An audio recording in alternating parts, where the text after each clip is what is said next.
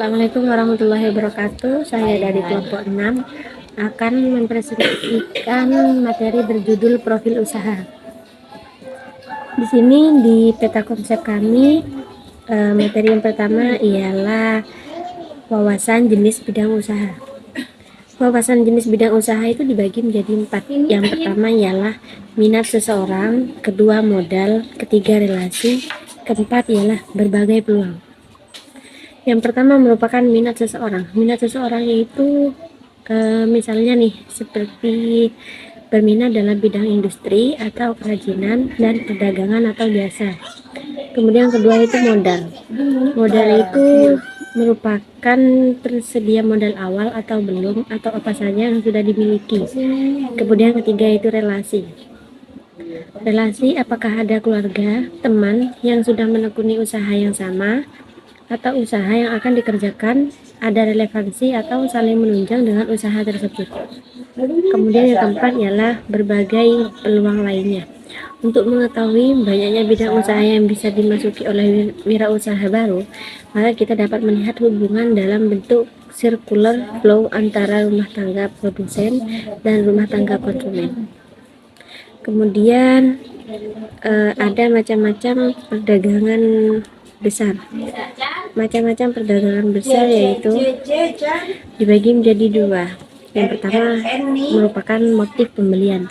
Motif pembelian yaitu memiliki tujuan bahwa barang bukan untuk dikonsumsi tetapi untuk dijual kembali dengan memperoleh keuntungan. Kemudian yang kedua ialah jumlah pembelian. Jumlah pembelian perdagangan eceran ialah pembelian yang digunakan untuk keperluan sendiri, keluarga sendiri, atau kawan sendiri. Pembelian dasar ialah pembelian barang dalam jumlah yang besar namun bukan untuk keperluan sendiri, keluarga, atau kawan sendiri. Kemudian yang ketiga yaitu pergolongan grosir. Pergolongan grosir di sini itu terdiri dari 5 bagian. Yang pertama ialah pengiriman barang. Pengiriman barang adalah pedagang besar yang membeli barang kemudian mengirimkan barang yang dia beli kepada pelanggannya. Kemudian pedagang dengan truk. Pedagang yang menggunakan truk sebagai alat angkutan barang kemudian menyerahkan barang yang dijualnya sewaktu-waktu melewati pedagang eceran di sekitar kota kecil atau besar. Kemudian grosir tunai dengan self service. Pedagang besar yang menjual barangnya secara tunai dengan harga relatif rendah. Dan yang keempat ialah pengecer yang bersama-sama memiliki grosir. Sekelompok perdagangan eceran yang membuat toko grosir secara swadaya dengan maksud menekan biaya dan dapat membeli barang dengan harga lebih rendah. Dan bagian yang kelima ialah kelompok sukarela bergabung dengan grosir. Kelompok ini terdiri dari sekumpulan toko-toko eceran yang dimiliki secara bebas oleh pengusaha-pengusaha yang dengan sukarela bergabung dengan seorang pedagang besar untuk pembelian reklam dan aktivitas lainnya. Kemudian ada fungsi-fungsi perdagangan besar. Fungsi-fungsi perdagangan besar itu terdiri dari 6 bagian. Yang pertama ialah pengumpulan dan penyebaran. Fungsi utama grosir yaitu berusaha mengumpulkan barang dari berbagai produsen, kemudian menyebarkan ke pedagang eceran. Yang kedua ialah pembelian dari penjualan. Kegiatan pembelian sangat menentukan kelancaran grosir dalam mengembangkan tugas dan tanggung jawab dalam menyampaikan barang dan jasa ke konsumen. Yang ketiga ialah pemilihan barang. Pemilihan barang tidak dapat dipisahkan dalam kegiatan jual beli. Dalam kegiatan jual belinya yaitu terdiri dari jual beli grosir melakukan pemilihan barang berdasarkan jenis, mutu, dan harga barang pilihannya. Kemudian yang keempat yaitu pemberian kredit. Dengan meningkatkan hasil perusahaan dan meluasnya pemasaran barang, maka pemberian kredit makin meningkat. Dan yang kelima ialah penyimpanan. Penyimpanan merupakan fungsi grosir yang tidak dapat diabaikan, apalagi dengan semakin jauhnya tempat konsumen. Kemudian yang keenam ialah pengangkutan. Pengangkutan yaitu mengingat jauhnya pedagang eceran dan konsumen yang harus ditemui oleh grosir. Maka fungsi pengangkutan sangat penting untuk kelancaran dalam pengiriman barang. Kenapa? Kepada pedagang eceran atau konsumen. Baik, selanjutnya saya akan melanjutkan presentasi kami dari kelompok kami, yaitu Mama Feli. Pedagang eceran kegiatan perdagangan besar dan pedagang eceran sangat penting dalam proses penyaluran barang dan jasa tempat adanya usaha. 2. Kualifikasi perdagangan eceran. Perdagangan eceran dapat didiskualifikasikan sebagai berikut: A. Perdagangan eceran besar. B. Perdagangan eceran kecil yang terdiri dari 1. Eceran kecil berpangkalan. Yang kedua, eceran kecil tidak berpangkalan. Pedagang eceran itu ada 2, eceran besar atau eceran kecil. Adapun eceran besar seperti toko khusus, toko serba ada, toko swalayan, toko barang kebutuhan harian, hipermarket, general store, dan weekend store. Eceran kecil itu ada 2, adapun yang berpangkalan dan tidak berpangkalan. Contoh yang berpangkalan itu ada 2, ada yang tetap dan tidak tetap. Seperti yang berpangkalan tetap seperti kios, depot, warung. Berpangkalan yang tidak tetap seperti kaki lima, pasar sore, pasar mambo. Tidak berpangkalan itu ada 2, ada pun yang berpakai alat dan tidak pakai alat.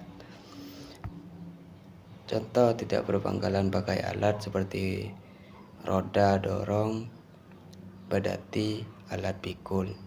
Tidak berpangkalan pakai alat seperti tukang catut.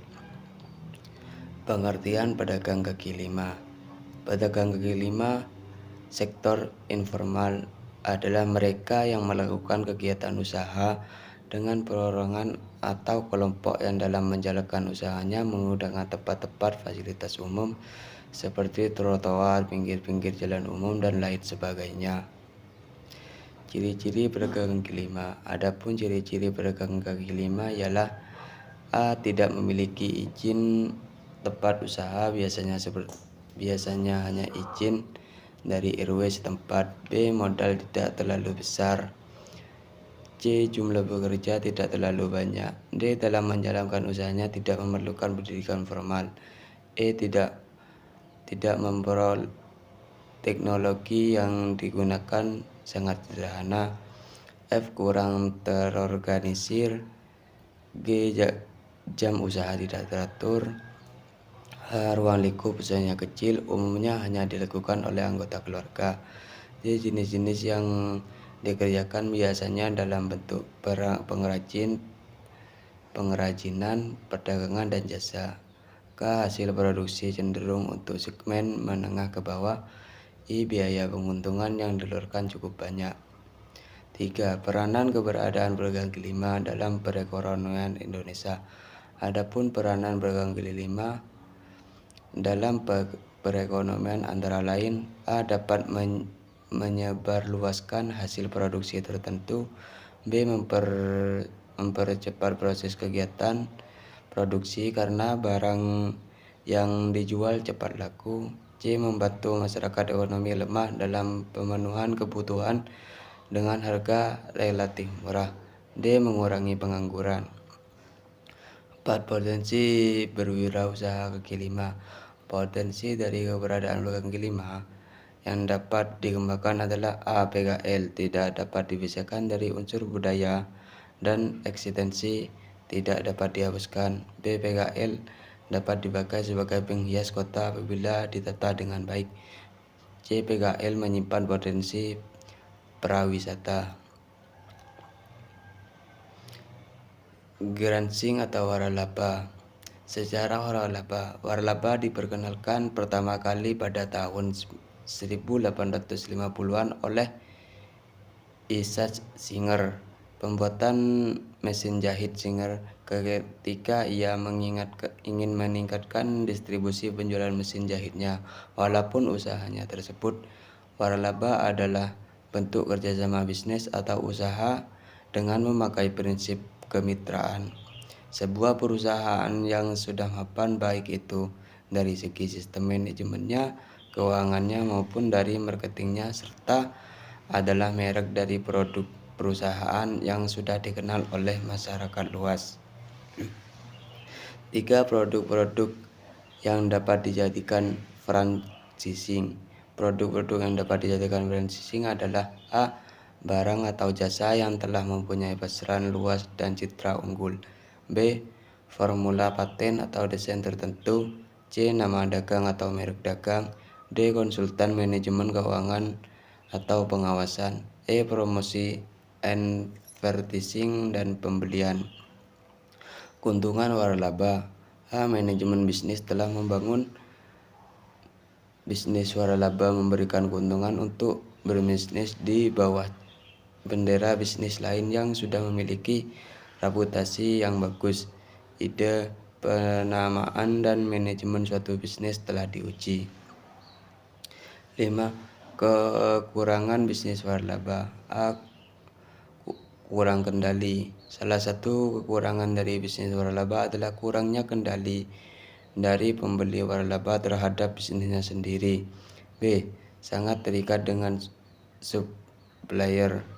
Untuk mendapatkan keuntungan yang mencukupi, tentunya setiap pengusaha menginginkan modal yang kecil. Salah satu caranya adalah mencari supplier yang murah dengan menggunakan sistem waralaba.